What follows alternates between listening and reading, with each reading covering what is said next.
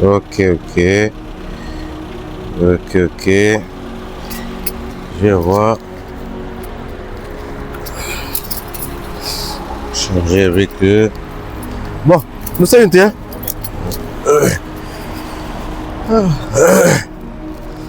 Dites-moi. Je savais pas que tu étais témoin de Jéhovah. Bonjour, oui. Ça va? Je ne savais pas. Tu savais pas? Hein? Non, non, non, je ne savais pas du tout. Ça va, ça va. Tu connais un peu? Oui, je le connais. Je connais plus ses frères, ses sœurs. On a grandi ensemble, à peu près les mêmes âges. On a grandi ensemble et tout ça. Je peux que tu es capverdien? Ouais, je suis capverdien, ouais. Vous êtes de praia ou? À Métropole. Ok. Vous êtes d'où? Il a dit Chenitang. Ah, Chenitang? Gauche? Non. Gauche, non. Mais Nga TV qui va là. Ah, ok. Nga TV va là, mais je connais. Gauche, non. Ah, ça va, ça va. Qui j'en ai encore? Lana Tarafal. Tarafal même. Tarafal. Chumbon? Non, Tarafal même. Ponte de Tung, Tarabash. No fundo. Quando trabalho juntos, não se passa telefone. D'accord. Mas outro é de trás-os-montes. Você telefone também é grande. Ouais, tout à fait. Venez Maria, tout le monde? Ça va? Ça va. Famille, tout le monde? Brigitte, le mot que ça? Alléluia. Gloire au Seigneur, gloire à Dieu. Bonjour, Mastari. Bonne journée, ouais. Comment tu vas, ça va? Ça va. Ouais. Tu vas donc? Non, en fait, moi j'ai... Il y a quelques années en arrière, justement, le Seigneur m'a accordé la grâce de... Je m'exprime en français, je m'exprime mieux en français. Pas de problème. Ouais. Donc, le Seigneur m'a accordé la grâce. J'ai pu entendre l'évangile et ça m'a beaucoup touché. Et il m'a accordé cette grâce qui a eu ce changement, cette transformation totale et radicale dans ma vie.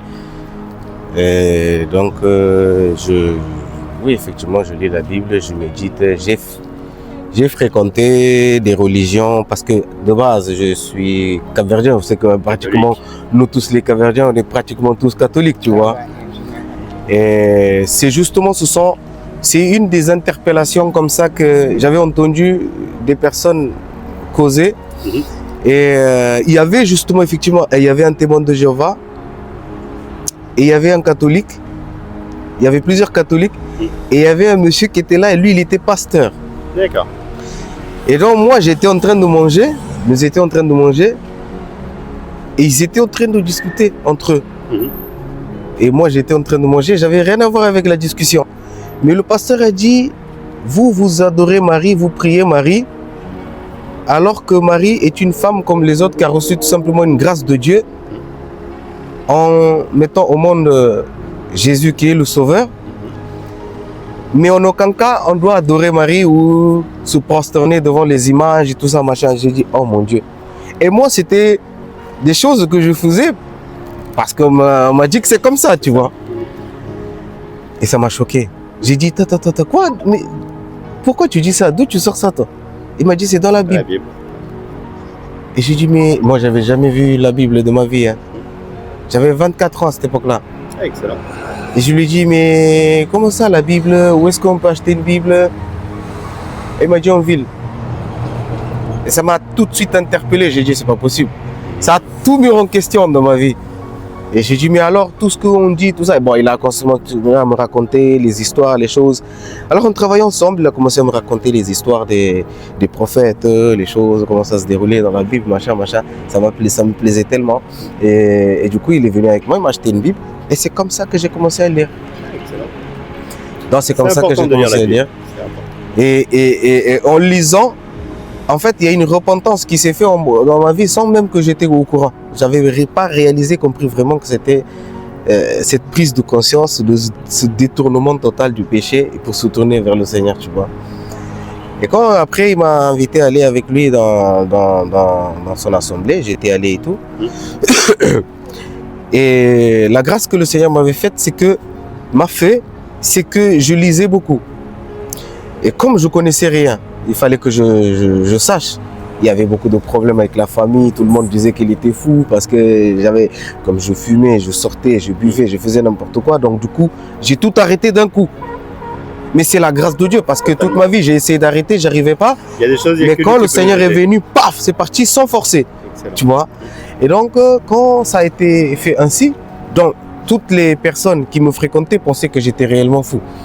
Ben, effectivement, le Seigneur dit que la prédication de l'évangile est une folie pour ceux qui périssent. Mais elle est une puissance de Dieu pour nous qui croyons, tu vois un peu. Donc, c'est comme ça qu'il y a eu ce changement, cette transformation au fur et à mesure. Et puis c'est comme ça, au fur et à mesure, je commençais à lire. Et je commençais à voir certaines choses, certaines pratiques dont n'étaient pas conformes avec les Saintes Écritures. Comme quoi, par exemple? Comme le cas, par exemple, le cas de... Une des choses qui m'a beaucoup interpellé, c'était pourquoi autant de religions? Pourquoi autant de religions? Et pourquoi chaque personne, ou bien chaque groupe, si je peux dire ça comme ça, disent non, c'est nous qui avons Dieu. Eux là, ils sont dans le... On va dire, ils sont perdus. Ou bien, ils ont une portion de vérité, mais pas tout. Tu vois un peu? Et donc, c'est comme ça que beaucoup de ces choses m'ont commencé à m'interpeller. Et une des choses que j'ai pu bien comprendre dans les Saintes Écritures, c'est que le Seigneur nous dit... Ça va, Chir, tu vas bien? C'est que nous devons être conformes aux Saintes Écritures. Totalement. C'est-à-dire que s'il y a des choses qui ne sont pas conformes, c'est qu'il y a un problème.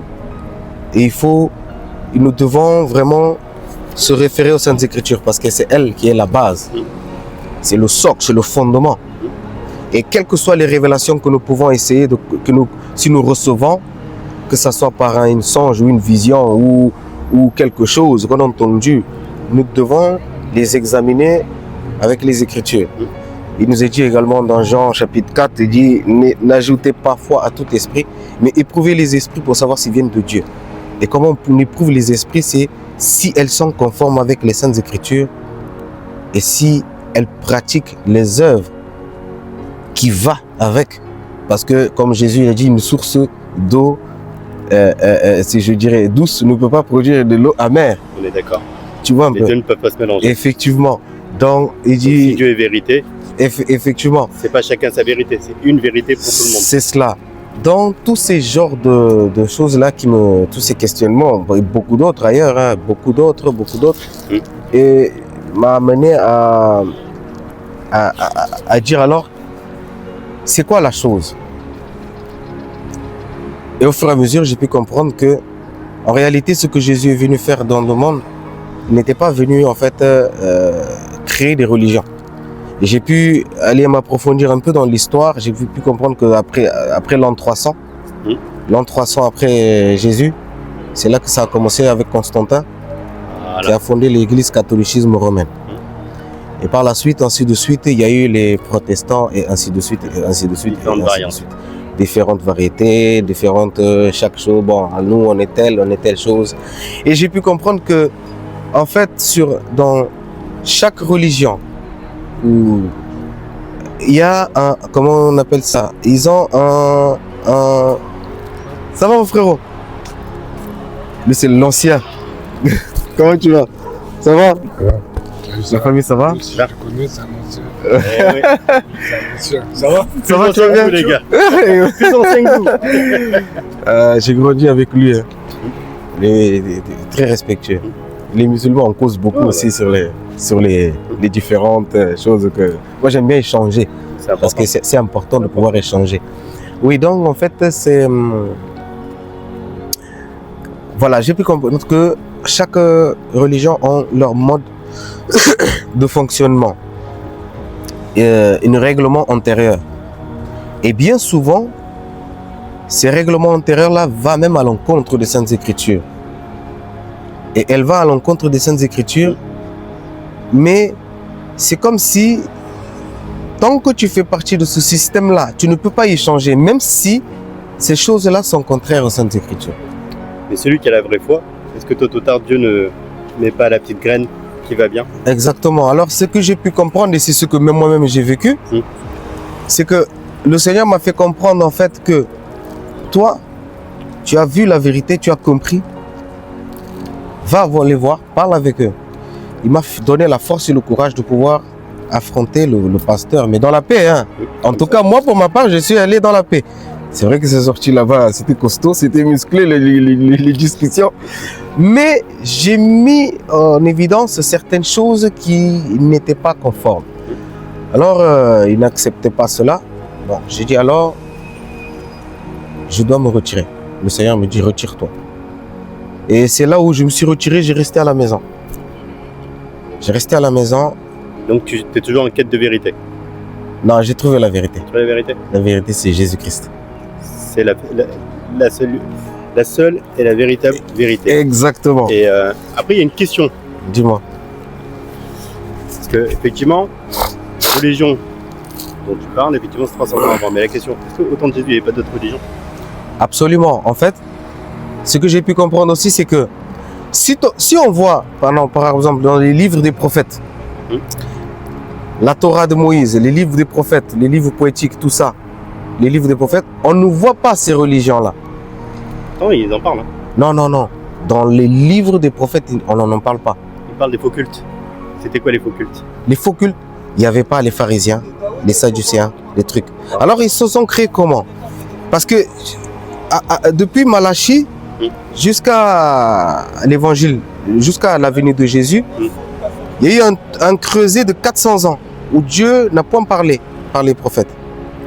Et c'était pendant ce temps-là, ça c'est l'histoire, et bibliquement et historiquement, c'est pendant ce temps-là qui, justement, ces religions-là ont été, au fur et à mesure des siècles, ils ont pu créer, il y avait les scribes, les zélotes, les pharisiens, les sadducéens. Ça a toujours existé. Non, ça pas.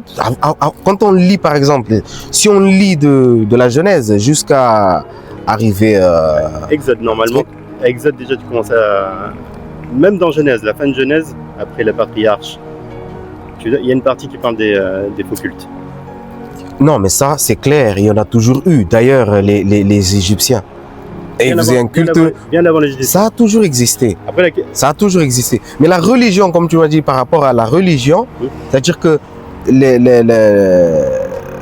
la communauté juive n'avait pas de religion, puisqu'ils étaient une seule communauté qui est Israël, qui devait suivre les mêmes lois, et une seule loi, qui est la Torah, tout ça, tu vois un peu. Mais par la suite, comme je t'ai dit, ça a été créé ça. Et ça peut être intéressant, si tu veux, on peut même échanger. D'accord. Et de partir effectivement de ces bases, parce qu'il y a pas mal de choses. Mais c'est vrai que pour avancer, il faut le faire point par point. Parce que la Bible,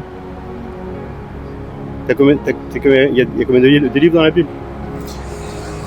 Il y a 66. Dans ce que nous avons là, on a 66. Il est vrai qu'il y a aussi les livres apocryphes, tout ça, mais les 66, on a largement tout ce qu'il faut. Parfaitement. Dans les 66, même tu peux le lire en un an. Mais est-ce qu'en le lisant en un an, tu arrives à comprendre les 66 livres? Ah non, c'est déjà toute la vie, tu ne pourras pas comprendre. Voilà. Puisque c'était des révélations progressives. Effectivement. Même aujourd'hui, il y a des choses, il y a les prophéties par exemple, certaines prophéties. Est-ce qu'on est en capacité de les voir s'accomplir? Est-ce qu'on les voit s'accomplir? Et une des prophéties, que je peux te montrer, que tu dois connaître. Tu peux le citer peut-être, je vois c'est lequel. De Timothée, chapitre 3. Verset 1 jusqu'au 5. Ok. Pardon. Sache que dans les derniers jours, il y aura des temps difficiles. Les hommes seront égoïstes, amis de l'argent, fanfarons, hautains, blasphémateurs, rebelles à leurs parents, ingrats, irreligieux, insensibles, déloyaux, calomniateurs,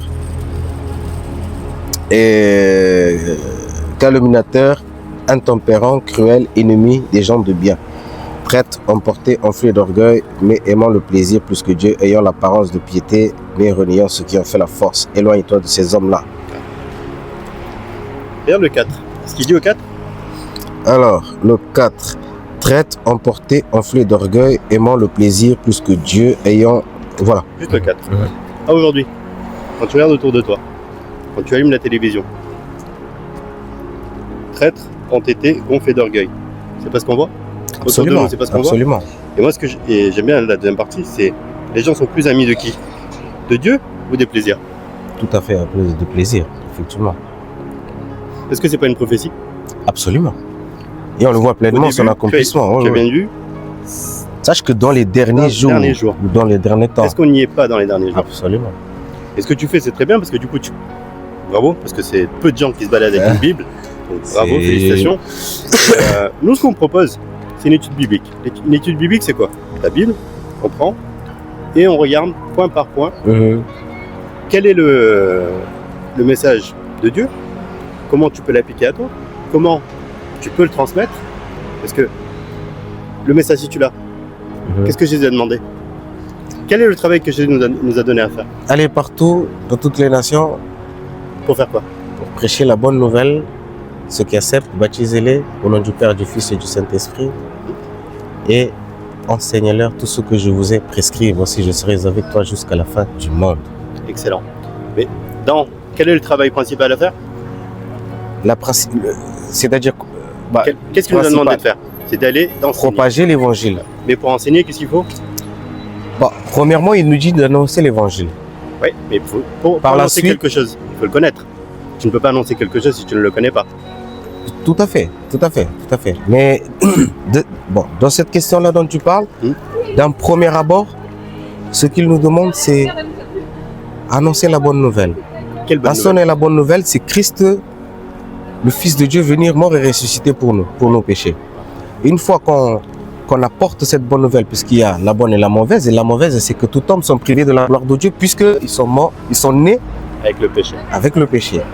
Une fois qu'on permet les gens de comprendre cela, et une fois qu'on leur dit, mais il y a une bonne nouvelle, cette bonne nouvelle, c'est que Dieu a envoyé son Fils, Jésus-Christ, afin de venir nous racheter. C'est pourquoi il est question de le rachat, racheter du péché dans lequel nous vivons. Et effectivement, lorsqu'il y a une prise de conscience de cela, le Seigneur dit que mes brebis entendront ma voix et me suivent. Donc tous ceux qui sont des brebis du Seigneur vont écouter cette voix-là et vont reconnaître la voix du Père et ils vont se détourner de ce péché-là pour se tourner vers Dieu, qu'on appelle la repentance. Et ça, c'est la grâce de Dieu, c'est Dieu qui fait. Une fois que la chose est faite, la suite, il nous dit, baptisez-les. La suite, c'est tout de suite, c'est le baptême. L'enseignement vient après le baptême. L'enseignement ne peut pas venir avant. Ça, c'est biblique. Matthieu chapitre 28, regarde. Regarde Matthieu 28. 19-20.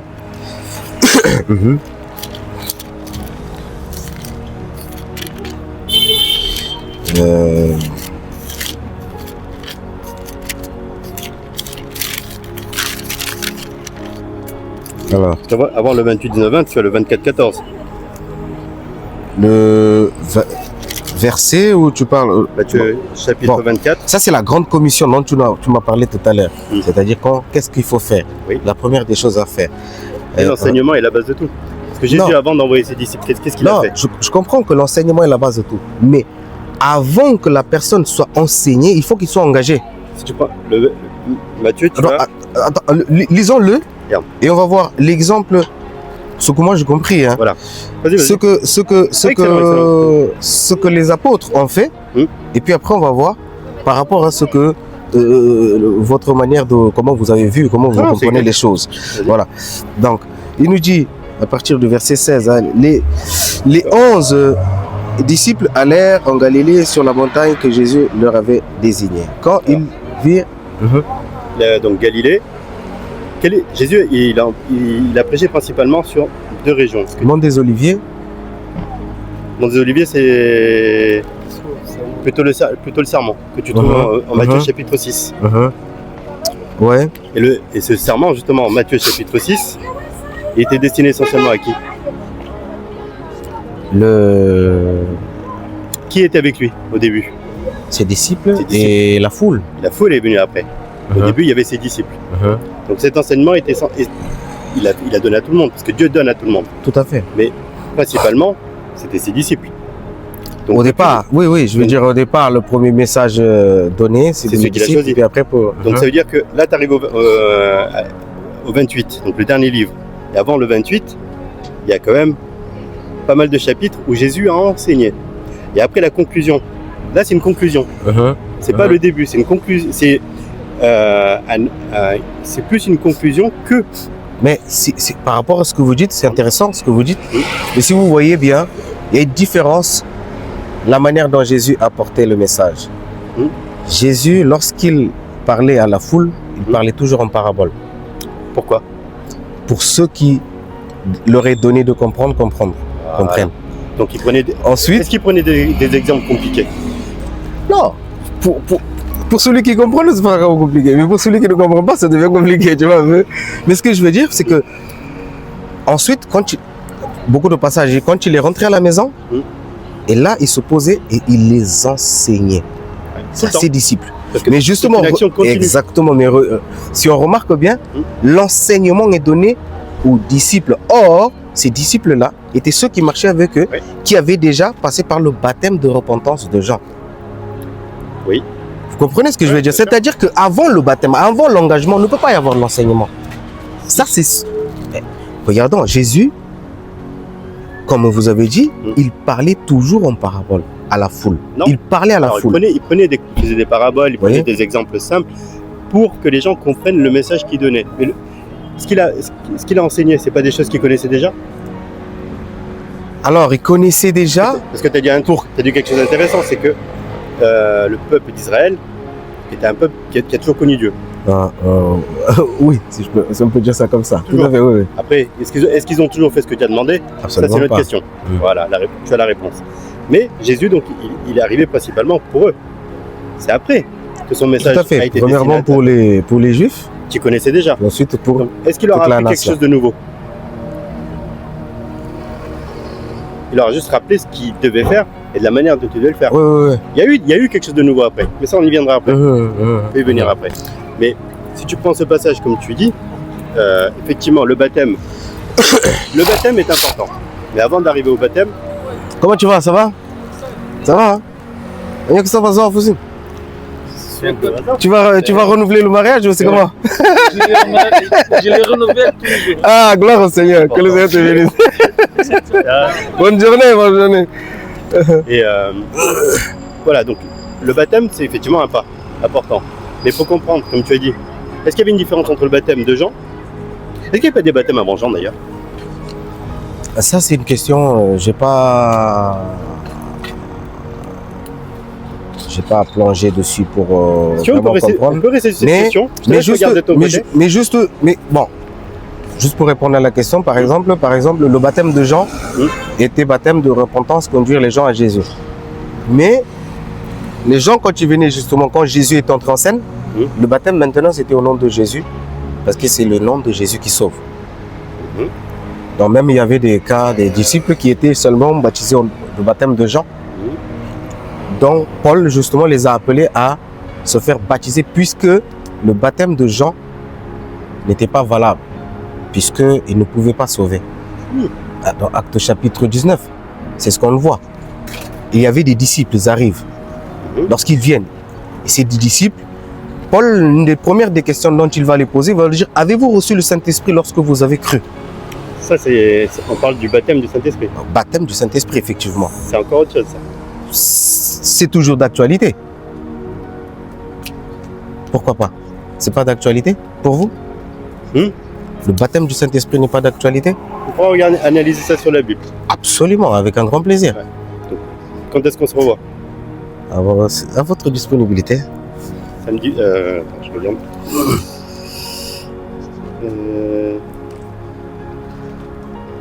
C'est ma passion, ça. Moi j'aime ça. J'aime que ce soit quand c'est dans la paix comme ça, dans l'harmonie, on échange. C'est ce que Dieu nous demande. Absolument.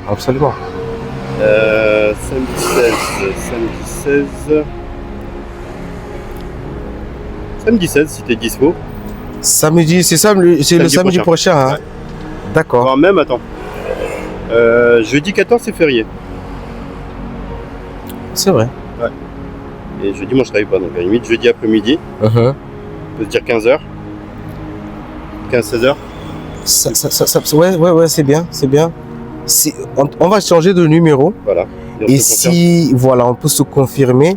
Et comme ça, on pourra se fixer sur, par exemple, un sujet. Un sujet. Pour pas qu'on s'éparpille. Parce que là, on échange juste comme ça. Ouais. Mais c'est intéressant de prendre un sujet et d'aller étape par étape pour montrer, pour nous, enfin, on essaye de comprendre et se partager ce qu'on a compris. Parce que on pourra prendre par exemple sur le Saint-Esprit, ou bien sur le baptême du Saint-Esprit. Je commencerai par des trucs beaucoup plus simples. Mais là, on parle des choses compliquées. Alors, compliquées, non. C'est pas compliqué. Mais c'est pas compliqué puisque ça, c'est la promesse, effectivement, qui a été donnée pour tous ceux qui croient.